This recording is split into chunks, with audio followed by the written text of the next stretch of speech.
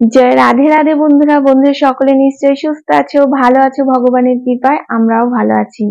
আর ভালো থাকার জন্য আবারও চলে এলাম নতুন একটি ভিডিও নিয়ে, নতুন একটি বিষয়বস্তু নিয়ে।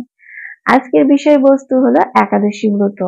আগামী দিনে যে একাদশী ব্রত আমরা পাবো, সেই একাদশী ব্রত সম্পর্কেই আজকে জানবো।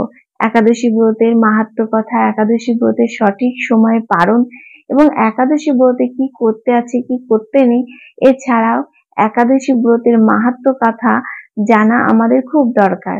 কারণ একাদশী ব্রত করে যদি সেই একাদশী ব্রতের মাহাত্ম্য কথা জানা যায়, তাহলে একাদশী ব্রতটি করে আমাদের বেশি বেশি করে পুণ্য ফল পাওয়া যায় এবং আমরা সেই পুণ্য ফলের দ্বারা আমাদের পাপ ক্ষয় করতে পারি। তাই একাদশী ব্রতের মাহাত্ম্য কথা যিনি বলবেন এবং যিনি শুনবেন, উভয়েই পুণ্য লাভ হয়। তাই আমি যতটুকু জেনেছি আপনাদের সঙ্গে সেটাই শেয়ার করছি এবং আমার জানার মধ্যে যেটুকুনি আমি বুঝতে পেরেছি আপনাদের সঙ্গে সেগুলি তুলে ধরছি। বন্ধুরা, তাহলে একাদশী ব্রত কবে সেটি জেনে নেওয়া যাক। 16ই আগস্ট 2024 শুক্রবার, শ্রাবণ মাসের শুক্লপক্ষের একাদশী, পবিত্রা রোপণী একাদশী। এই একাদশীর মাহাত্ম্য কথা এবার শ্রবণ করি। একদিন মহারাজ যুধিষ্ঠির ভগবান শ্রীকৃষ্ণকে জিজ্ঞাসা করলেন, হে প্রভু, শ্রাবণ মাসের শুক্লপক্ষে একাদশীর নাম কি, আর তা কৃপা করে আমাকে বলুন। শ্রীকৃষ্ণ বললেন, হে মহারাজ, এখন আমি সেই পবিত্র ব্রত মাহাত্ম্য বর্ণনা করছি, মনোযোগ দিয়ে তা শ্রবণ করুন। যা শোনা মাত্রই বাজপেয় যজ্ঞের ফল লাভ হয়। তাহলে এতটাই গুরুত্বপূর্ণ এই একাদশী ব্রত, এর মাহাত্ম্য কথা শোনা মাত্রই বাজপেয় যোগ, একটি উল্লেখযোগ্য যজ্ঞ বলতে পারো, সেই যজ্ঞের সমান পুণ্য লাভ মেলে। প্রাচীনকালে দাপর যুগের শুরুতে মহিজিৎ এই নামে এক বিখ্যাত রাজা ছিলেন। তিনি মহিষ্মতি নগরে রাজত্ব করতেন। কিন্তু দুঃখের বিষয় এই যে তার মনে বিন্দু মাত্র সুখ শান্তি ছিল না, কেননা তিনি পুত্র শোক, তিনি অপুত্রক ছিলেন এবং পুত্রহীনে ইহলোক পরলোক কোথাও শান্তি নেই। এবং এই কারণেই এইরূপ চিন্তা করতে করতে বহু দিন কেটে গেল, কিন্তু তবুও পুত্র মুখ দর্শনে রাজা বঞ্চিতই থেকে গেলেন। নিজেকে অত্যন্ত দুর্ভাগা মনে করে রাজা চিন্তাগ্রস্ত হলেন।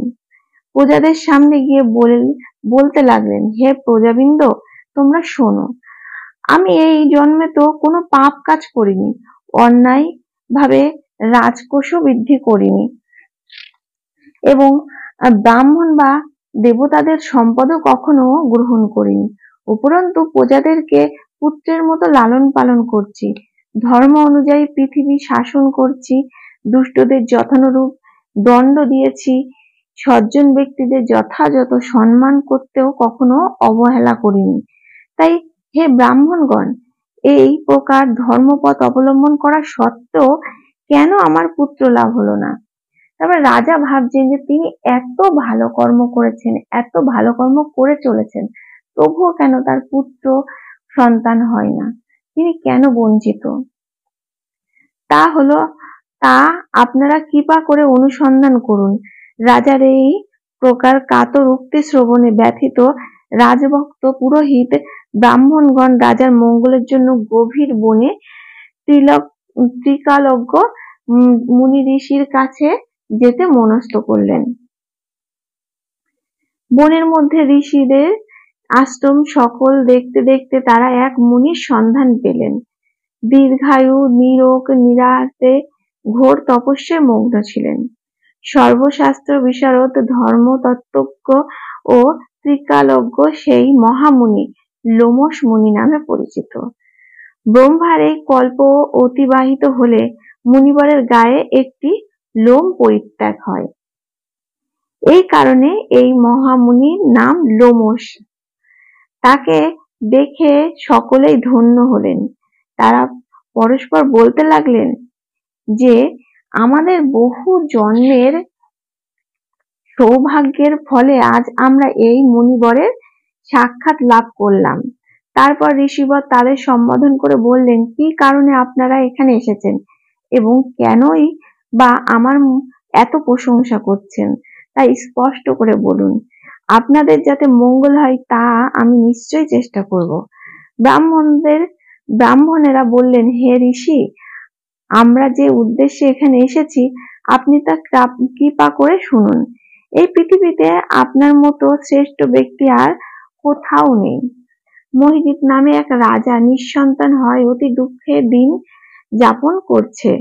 আমরা তার প্রজা, তিনি আমাদের পুত্রের মতো পালন করছেন, কিন্তু তিনি পুত্রহীন বলে আমরাও সবাই মর্মাহত। তার দুঃখে দূর করতে আমরা এই বনে প্রবেশ করেছি। হে ব্রাহ্মণ শ্রেষ্ঠ রাজা, যাতে পুত্রের মুখ দর্শন করতে পারেন, কৃপা করে তার কোনো উপায় আমাদের বলুন। তাদের কথা শুনে মণিবর ধ্যানমগ্ন হলেন। কিছু সময় পরে রাজার পূর্বজন্ম বৃত্তান্ত বলতে লাগলেন এবং রাজা এরা পূর্বে এক দরিদ্র বৈশ্য ছিলেন।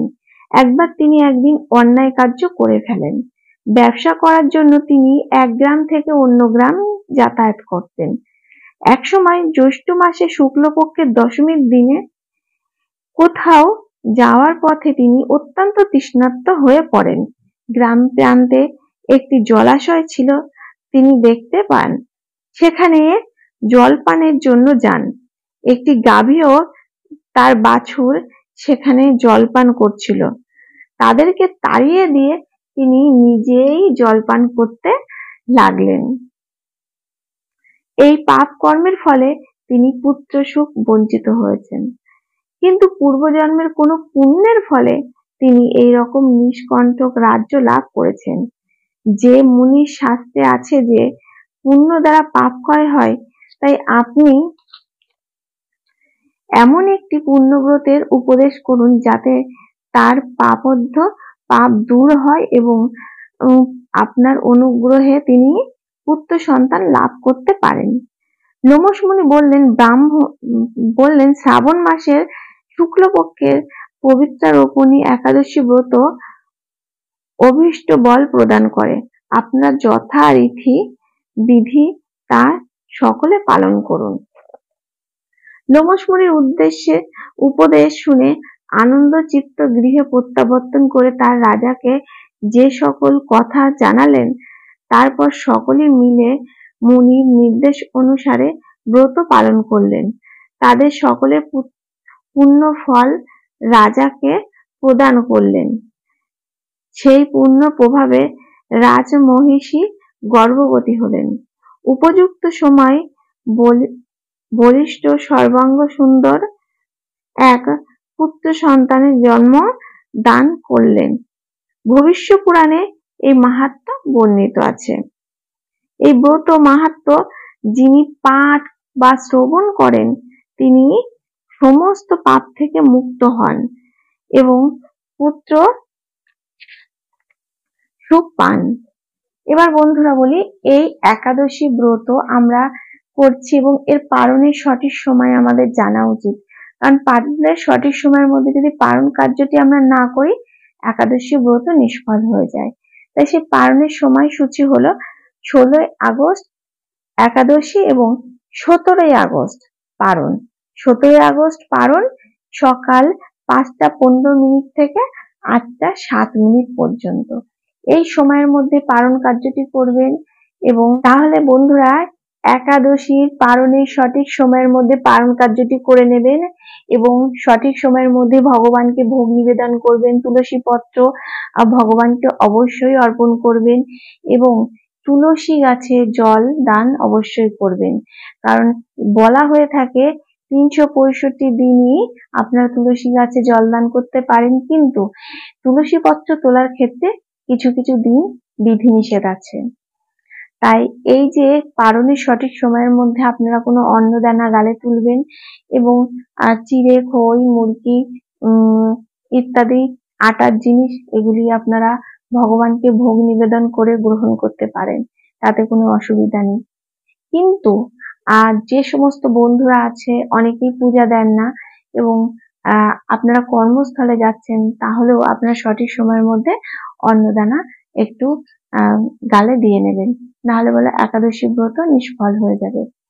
বিশেষ করে একাদশীর দিন বেশি কঠোর কাজ করতে নেই, যেটিতে আপনাদের কঠিন কাজ, আপনাদের শরীরে কষ্ট অনুভব হয়। কারণ বলা হয়ে থাকে একাদশী ব্রত করে আপনারা যত ভগবানের নাম গান করবেন ততটাই পুণ্য। আর এই দিন যদি আমাদের কোনো রকম শারীরিক অসুস্থতা থাকে তাহলে আমরা সেই অসুস্থতা নিয়েই থাকবো, আমাদের ভগবানের নাম গান করা আর হবে না। তাই মাথায় রাখবেন যে এই দিন শুধুমাত্র ভগবানের উদ্দেশ্যে আমাদের বিভিন্ন আলাপ আলোচনা এবং ভগবানের আমরা কিভাবে পূজা করতে পারি, কিভাবে সন্তুষ্ট করতে পারি, এই চিন্তায় রাখা উচিত। তাই বন্ধুরা, পারণের সময়ের মধ্যে পালন করে নেবেন এবং আপনারা সঠিকভাবে পূজা করে নেবেন। আর ভগবানের যে তুলসী পত্র অর্পণ করেন, তুলসী পত্র আপনারা প্রসাদ রূপে গ্রহণ করতে পারেন, এটি ভীষণ ভালো।